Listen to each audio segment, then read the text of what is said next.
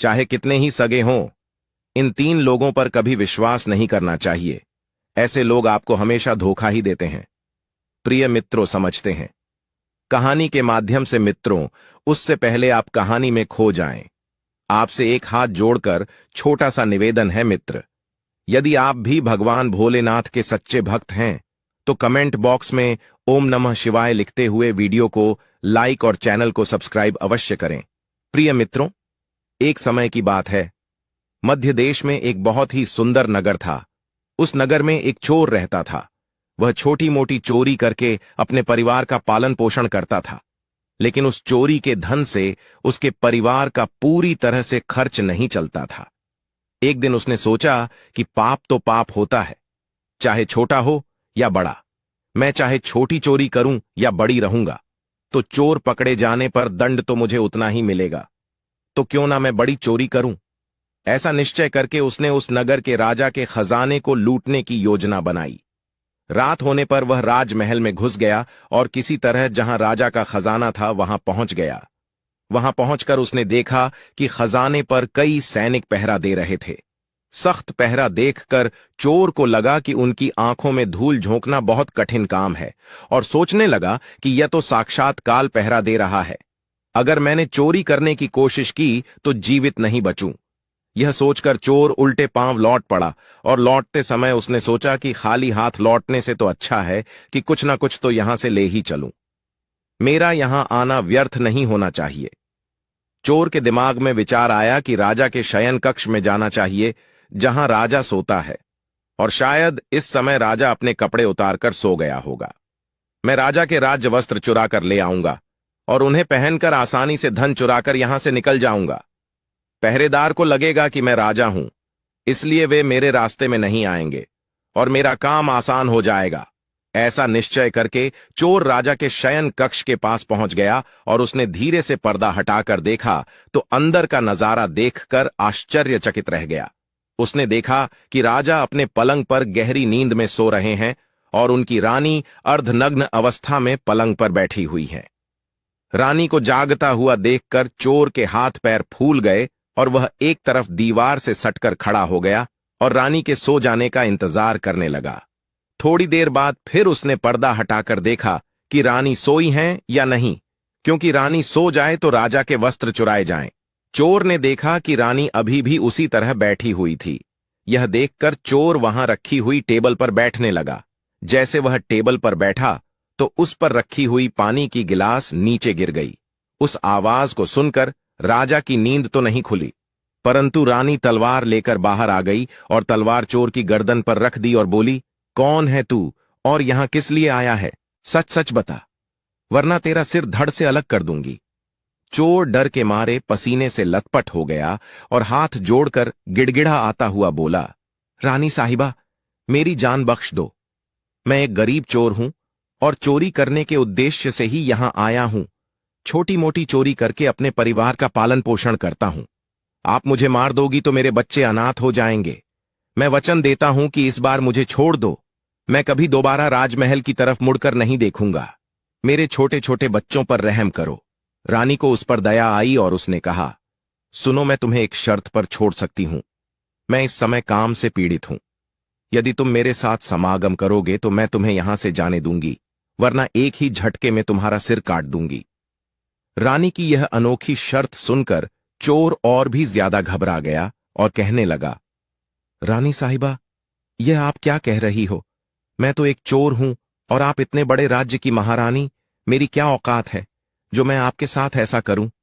मेरे लिए तो यह सोचना भी बहुत बड़ा पाप है। रानी ने कहा, मैं कुछ नहीं सुनना चाहती। अगर तुम्हें अपनी जान प्यारी है तो मैं जैसा कहती हूं वैसा ही करो, वरना मरने के लिए तैयार हो जाओ। रानी का ऐसा प्रस्ताव सुनकर चोर की जान हलक में अटक गई और सोचने लगा, आज मैं बहुत बड़ी मुसीबत में फंस गया।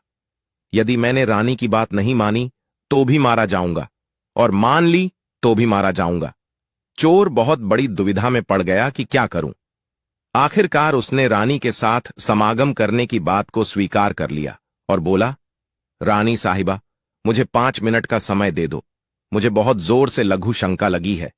पहले मुझे लघु शंका से निवृत्त होने दो, उसके बाद आप जैसा कहोगी मैं वैसा ही करने के लिए तैयार हूं। रानी ने तुरंत तलवार के इशारे से शौचालय को बता दिया और चोर उसकी तरफ चल पड़ा। रानी वहीं पर खड़ी होकर उसके लौटने की प्रतीक्षा करने लगी। चोर ने इस बीच रानी की नजर से बचकर वहां से भागने की कोशिश की। भागते भागते जब वह द्वार पर पहुंचा तो द्वार पर जो सैनिक था उसने उसे पकड़ लिया और उससे पूछताछ की। चोर डरा हुआ था। उसने सैनिक को सच सच बता दिया कि वह एक चोर है और राजमहल में चोरी करने आया था, लेकिन रानी ने उसे पकड़ लिया और छोड़ने के बदले एक शर्त रखी थी कि वह उसके साथ समागम करें। इसीलिए मैं लघु शंका का बहाना बनाकर वहां से भाग आया। इस तरह से चोर गिड़गिड़ा कर सैनिक से उसे छोड़ने का आग्रह करने लगा। सैनिक ने कहा, देख भाई, मैं तुझे एक शर्त पर जाने दे सकता हूं, और शर्त यह है कि तुम्हें पुनः रानी के पास लौटकर जाना होगा और रानी से कहना होगा कि मैं तुम्हारे साथ समागम करने के लिए तैयार हूं, किंतु उससे पहले तुम्हें अपने हाथ से राजा को मारना होगा। सैनिक की यह शर्त और भी ज्यादा कठिन थी। चोर ने सोचा कि वैसे तो प्राण बच भी सकते थे, परंतु अब नहीं बचेंगे। अगर रानी से यह बात कही तो रानी मेरा सिर काट देगी। अब चोर को चारों तरफ मौत ही मौत दिखाई दे रही थी। मजबूर होकर चोर वापस रानी के पास गया और बोला, रानी साहिबा, मैं आपके साथ संबंध तो बना लूंगा, लेकिन मुझे एक बात का डर है कि उस समय राजा साहब नींद से जागे तो ना आप बचें और ना मैं राजा साहब, हम दोनों को मार डालेंगे। इसलिए आपको एक काम करना होगा। आप अपने हाथ से राजा का सिर काट दीजिए, फिर हम निडर हो जाएंगे। अगर आप इतना कर सकें तो मुझे आपकी शर्त मंजूर है, वरना मैं आपके हाथों मरना उचित समझूंगा। आप मुझे मार दीजिए। काम के वशीभूत रानी चोर से कहने लगी, ठहरो, यह कौन सी बड़ी बात है, मैं अभी राजा साहब को मौत के घाट उतार देती हूं। इतना कहकर रानी ने दोनों हाथों से तलवार पकड़ी और सोए हुए अपने पति का सिर काट दिया। जब रानी ने राजा का सिर काट दिया तो सारा कमरा खून से लटपट हो गया और राजा के खून से रानी भी गई। वह भयानक दृश्य देखकर रानी बेहोश होकर गिर पड़ी और उसी समय चोर वहां से फरार हो गया।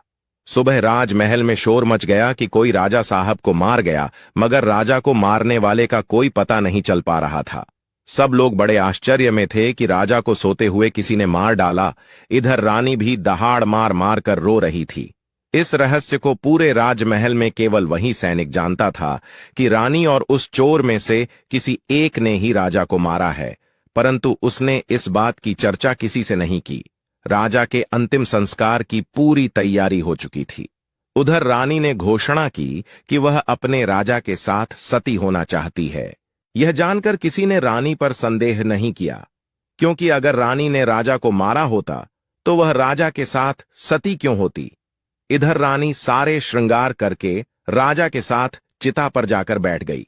राज्य के सभी लोग की चिता पर एक एक करके लकड़ी रख रहे थे और उन्हें नमन करके पीछे लौट रहे थे। इस प्रकार सबसे अंत में वह सैनिक भी राजा की चिता पर लकड़ी रखने गया जो इस रहस्य को जानता था। उसने धीरे से रानी के कान में कहा, महारानी, आप तो सती हो जाएंगी, लेकिन मुझे इतना तो बता दीजिए कि राजा को आपने मारा था या उस चोर ने। यह सुनकर रानी चौंक पड़ी। वह समझ गई कि इसका मतलब इस भेद को यह सैनिक भी जानता है। रानी ने कहा, सुनो, राजा को ना तो मैंने मारा है ना उस चोर ने। अगर तुम्हें यह जानना है कि राजा को किसने मारा है तो तुम नगर से बाहर उत्तर दिशा में जो जंगल है उसमें चले जाओ। वहां एक कुटिया में एक बुढ़िया रहती है, वह तुम्हें इस रहस्य को जरूर बता देगी। सैनिक को यह रहस्य जानना था, इसलिए वह अगले ही दिन रानी के बताए अनुसार जंगल में चला गया। जंगल में पहुंचने पर उसे वह कुटिया दिखाई दी जिसमें वह बुढ़िया रहती थी। सैनिक उस बुढ़िया के पैर पकड़कर बोला, मां जी, मैं एक रहस्य जानने के लिए आपके पास आया हूं। राजा साहब की हत्या किसने की, मुझे बताइए। तब बुढ़िया मां कहती हैं, बेटा, अगर तुझे यह रहस्य जानना है तो तुझे एक काम करना होगा। मेरी कुटिया के बाहर एक बकरा बंधा हुआ है, तू अपनी तलवार से उसका सिर काट दे और सिर काटते ही बकरे की दाढ़ वहीं गिर जाएगी और उसका सिर हवा में उड़ने लगेगा। तब तुम उस बकरे के सिर के कान पकड़कर लटक जाना। वह बकरे का सिर तुझे जिस जगह पर ले जाएगा वहां पहुंचकर तुझे तेरे सवाल का जवाब मिल जाएगा कि राजा को किसने मारा है। अब सैनिक ने वैसा ही किया। कुटिया के बाहर जो बकरा बंधा हुआ था, सैनिक ने उस बकरे का सिर काट दिया। सिर कटते ही वह हवा में उड़ने लगा। उसने झपट कर बकरे के दोनों कान पकड़ लिए। वह सिर उड़ता हुआ उसे उस भयंकर वन के बीचों बीच ले गया। उस जगह पर एक गुफा बनी हुई थी। उस गुफा के द्वार पर जाकर वह सिर नीचे उतर गया। सैनिक सोचने लगा कि इस जंगल में ना तो कोई मनुष्य दिखाई दे रहा है, यहां भला कौन मुझे राजा की मौत का रहस्य बताएगा। वह गुफा के द्वार पर खड़ा यही सोच रहा था, और वह गुफा एक राक्षस की थी, जिसमें वह राक्षस और उसकी एक बेटी रहते थे।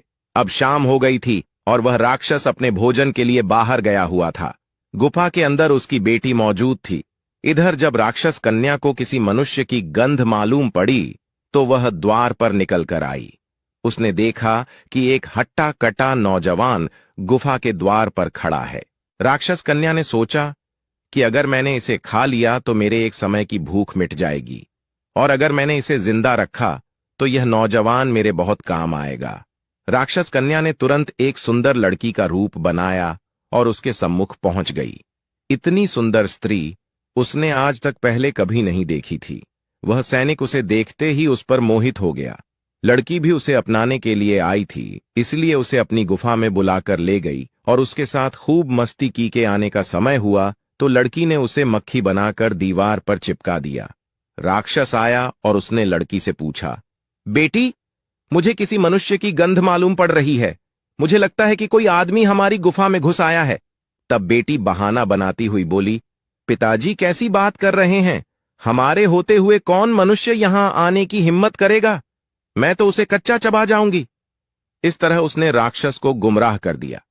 अब वह राक्षस कन्या रोज उसे रात होने पर पुरुष बना देती थी और दिन में उसे मक्खी बनाकर दीवार पर चिपका देती थी। इस प्रकार सैनिक को राक्षस की गुफा में रहते रहते काफी दिन बीत चुके थे। अब उसे अपनी पत्नी और बच्चों की याद आने लगी, परंतु वह राक्षस कन्या के चंगुल से नहीं निकल पा रहा था। एक दिन उसे मौका मिल गया और वह किसी तरह रात में वहां से भाग निकला।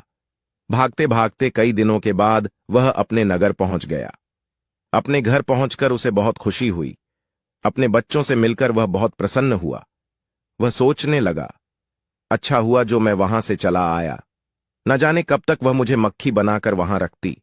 इस तरह उस सैनिक की अपने घर पर रहते हुए काफी दिन बीत गए। एक दिन उसे फिर उस लड़की की याद आई। अब तो दिन रात वह उसके ख्यालों में खोया रहता। उसकी सुंदरता को याद कर उससे मिलने की इच्छा करता। उसके बिना न खाना अच्छा लगता न पीना। हर समय यही सोचता था कि उससे किस तरह मिलन होगा। सैनिक उस राक्षस कन्या से मिलने के लिए तड़पने लगा और उसने फिर से उसके पास जाने का निश्चय किया। उसने सोचा, पिछली बार तो मुझे उस बुढ़िया ने पहुंचा दिया था, लेकिन अब मैं वहां से भाग कर आया हूं, इसलिए मुझे रास्ते का भी ज्ञान नहीं है। क्यों ना मैं एक बार फिर उस बुढ़िया की सहायता ले लूं। ऐसा सोचकर वह उस बुढ़िया की कुटिया पर पहुंच गया और हाथ जोड़कर बोला, हे माता, एक बार मुझे फिर से उसी स्थान पर भेज दो जहां पर मुझे पहले भेजा था। अब वह सैनिक राजा की हत्या का रहस्य भूल चुका था। वह राक्षस कन्या से मिलने की बेचैनी उसके अंदर बढ़ती जा रही थी। वह बुढ़िया समझ गई कि यह काम के वशीभूत है। उस बुढ़िया ने कहा, बेटा, पहले तो मेरे पास एक बकरा था जिसके कान पकड़कर तुम वहां चले जाते, अब तो वह भी नहीं है। अब मैं तुम्हें कैसे पहुंचा हां? तब सैनिक ने कहा, हे माता, मैं जीवन भर आपका गुलाम रहूंगा। एक बार उस लड़की से मुझे मिला दो। बुढ़िया ने कहा, बेटा, मैं तुझे मिला तो दूंगी, पर इसके लिए तुझे अपने बेटे को मेरे पास लाना होगा। सैनिक बोला, यह कौन सी बड़ी बात है? इतना कहकर सैनिक अपने बेटे को बुलाकर ले आया। बुढ़िया ने कहा, बेटा, जिस तरह तुमने बकरे का सिर काटा था उसी तरह तुम अपने बेटे का सिर भी काट देना। फिर उसी तरह इसका सिर भी हवा में उड़ने लगेगा। तुम इसका सिर पकड़ लेना और यह तुम्हें उसी स्थान पर पहुंचा देगा। काम के वशीभूत वह सैनिक अपने बेटे का सिर काटने के लिए तैयार हो गया। जैसे ही उसने तलवार लेकर बेटे का सिर काटना चाहा, तब उस बुढ़िया ने उसका हाथ पकड़ लिया और कहने लगी, ठहरो, यही तुम्हारे प्रश्न का जवाब है। चाहे कितने ही सगे हों, इन पर कभी भी विश्वास नहीं करना चाहिए। पहला राजा को ना चोर ने मारा था और ना रानी ने। राजा को हवस ने मारा था। जिस तरह काम वासना में अंधा होकर तुम अपने बेटे को मारने के लिए तैयार हो गए, इसी हवस के वशीभूत होकर मनुष्य अंधा हो जाता है और गलत से गलत काम भी कर जाता है। दूसरा, धन के लालच में आकर कोई भी किसी को मार डालता है। और तीसरा, क्रोधी व्यक्ति क्रोध में अंधा होकर सब कुछ भूल जाता है और वह सब कर डालता है जिससे जीवन भर उसे पछताना पड़ता है। क्रोध में उसकी बुद्धि विवेकहीन हो जाती है और वह अपना पराया कुछ नहीं देख पाता। इन तीनों से हमेशा बचकर रहना चाहिए, अन्यथा जीवन भर पछताना पड़ता है। मित्रों, आशा करते हैं कि आपको हमारा यह सुनाई गई कथा अच्छी लगी होगी। अगर आपको यह कथा अच्छी लगी तो प्लीज वीडियो को लाइक करें और चैनल को भी सब्सक्राइब करें। और लास्ट तक कथा सुनने के लिए आपका बहुत बहुत धन्यवाद।